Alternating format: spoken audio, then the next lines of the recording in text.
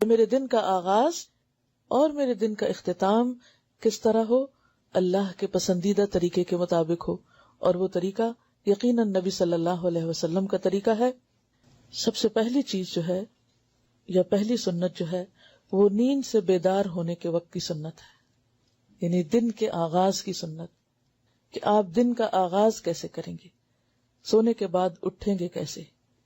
اس میں پہلی بات، نیند سے اٹھتے ہی دونوں ہاتھوں سے چہرے اور آنکھوں کو ملیے تاکہ نیند کا خمار دور ہو جائے۔ آپ کا طریقہ یہی تھا، دونوں ہاتھوں سے چہرے اور آنکھوں کو کیسے ملیں گے؟ جیسے بچے ملتے ہیں، انگلیوں کے پوروں سے نہیں بلکہ مڈل سے۔ اب بچوں کا اگر کبھی چھوٹے بالکل انفینٹس جو ہوتے ہیں، اگر ان کو آپ دیکھیں انگلیاں یعنی ہاتھ ملتے چہرے پر، تو وہ پوروں سے نہیں ملیں گے، وہ کس سے کریں گے؟ اس طرح۔ پوروں سے کیوں نہیں ملنا؟ کیونکہ انسان کے ناخن یا پور جو ہیں یا انگلیوں کے جو اگلے حصے ہیں، ہو سکتا ہے سوتے وقت کسی گندی جگہ پر جا پڑے ہوں، اور پھر وہ گندے ہاتھ اگر آپ صبح سویرے اٹھ کے اپنی آنکھوں کو ملنے میں استعمال کر رہے ہیں تو وہ گندگی آنکھوں میں چلی جائے گی اور نقصان دہ ہوگی۔ لیکن یعنی انگلیوں کے درمیان سے، اور جس طرح بچے آنکھوں کو ملتے ہیں اس طرح آنکھوں کو ملنا چاہیے۔ یہ ایک طرح سے ہلکی سی ایکسرسائز ہوتی ہے آنکھوں کی، اور اس سے انسان کو بیدار ہونے میں اور ایکٹیو ہونے میں اور فریش ہونے میں مدد ملتی ہے۔ دوسری بات، بیدار ہونے یعنی جاگنے کے بعد اور بستر چھوڑنے سے پہلے، یعنی بستر سے اٹھنے سے پہلے، اب یہ یاد رکھنا ہے آپ کو، یہ دعا پڑھیے، الحمدللہ الذی احیانا بعدما اماتنا والیہ النشور۔ تمام تر تعریفیں اللہ تعالیٰ ہی کے لیے ہیں کہ جس نے ہمیں مارنے یعنی سونے کے بعد زندہ کیا، یعنی اٹھایا، اور اس کی طرف ہی ہمیں لوٹ کر جانا ہے۔ پھر آپ دیکھیے کہ پہلی دعا میں کس چیز کی یاد دہانی ہے؟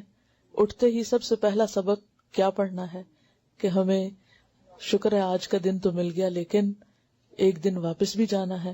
اور وہی بات کہ اصل مومن کے نزدیک آخرت کی اہمیت اس زندگی یا اس دنیا سے زیادہ ہے، کیونکہ یہ زندگی ہمارے لیے تھوڑے دن کے لیے، یہ تو ایک کام کرنے کا وقت ہے۔ اصل جو ہمیں زندگی ملنے والی ہے، یا جہاں ہمیں رہنا ہے، یا جو ہمارا گھر ہے، یا جہاں ہمیں ہمیشہ ہمیشہ کے لیے بسنا ہے، وہ آخرت ہے۔ اور شیطان ہمیں اسی حقیقت کو بھلوائے رکھتا ہے۔ وہ ہمارے سامنے ہر روز صبح اٹھتے ہی اس دنیا کو سب سے بڑا مسئلہ بنا کے دکھاتا ہے۔ کوئی نہ کوئی غم سویرے اٹھتے ہی لاحق ہو جائے گا، کوئی نہ کوئی فکر اور کوئی نہ کوئی پریشانی، اور عموماً وہ کون سی ہوتی؟ دنیا ہی کے کسی مسئلے کی ہوتی۔ لیکن نبی صلی اللہ علیہ وسلم نے جو طریقہ سکھایا اس میں دنیا سے زیادہ آخرت کو اہمیت دی، اور جس شخص کی زندگی میں آخرت اہم ہو جائے اس کے نمبر ایک تو دنیا کے مسئلے کم ہو جاتے ہیں، اور نمبر دو یہ کہ وہ پھر حقیقی تقویٰ کے ساتھ زندگی بسر کرنے کی کوشش کرتا ہے۔ تیسری سنت، بخاری کی روایت ہے، جب تم میں سے کوئی نیند سے بیدار ہو تو 3 مرتبہ اپنی ناک جھاڑ کر صاف کرے، اس لیے کہ شیطان ناک کے نتنوں کی ہڈی پہ رات گزارتا ہے۔ اور یہ ظاہر ہے کہ بستر سے اٹھنے کے بعد جب وضو کریں گے تو فجر کی نماز کے لیے جب وضو کرتے ہیں، یہ سب سے پہلا وضو جب صبح کرتے ہیں، تو اس میں صرف ناک میں پانی نہیں ڈالنا چاہیے، بلکہ ناک میں پانی ڈال کر باقاعدہ اس کو جھاڑنا چاہیے۔